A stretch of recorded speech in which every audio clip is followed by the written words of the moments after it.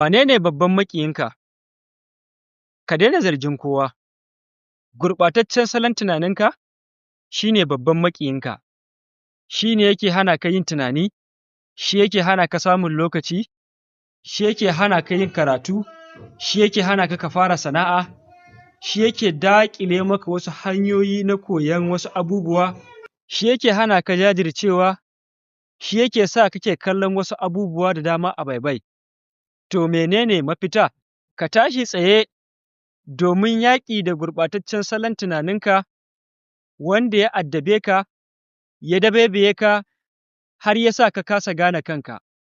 To wai ma mene ne gurɓataccen salon tunani? Gurɓataccen salon tunani wani irin salon tunani ne wanda yake da shi ba ya kallon komai a nasara ko daidai.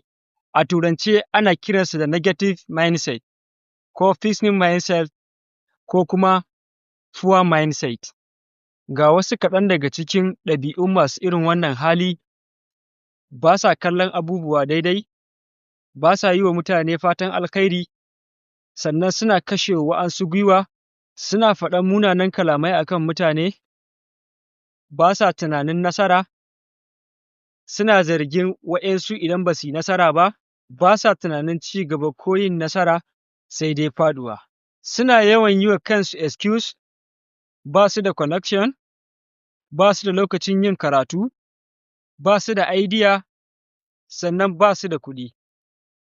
Ba sa yawan jarraba abubuwa, daga sun jarraba abubuwa sau ɗaya ba su yi nasara ba, shi kenan ba za su sake gwadawa ba, wato suna da yawan sarewa.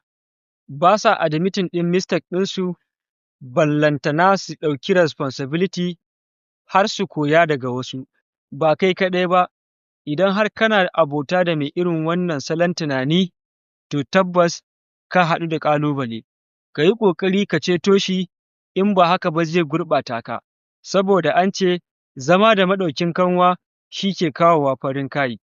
Ubangiji Allah ka raba mu da mai gurɓataccen salon tunani.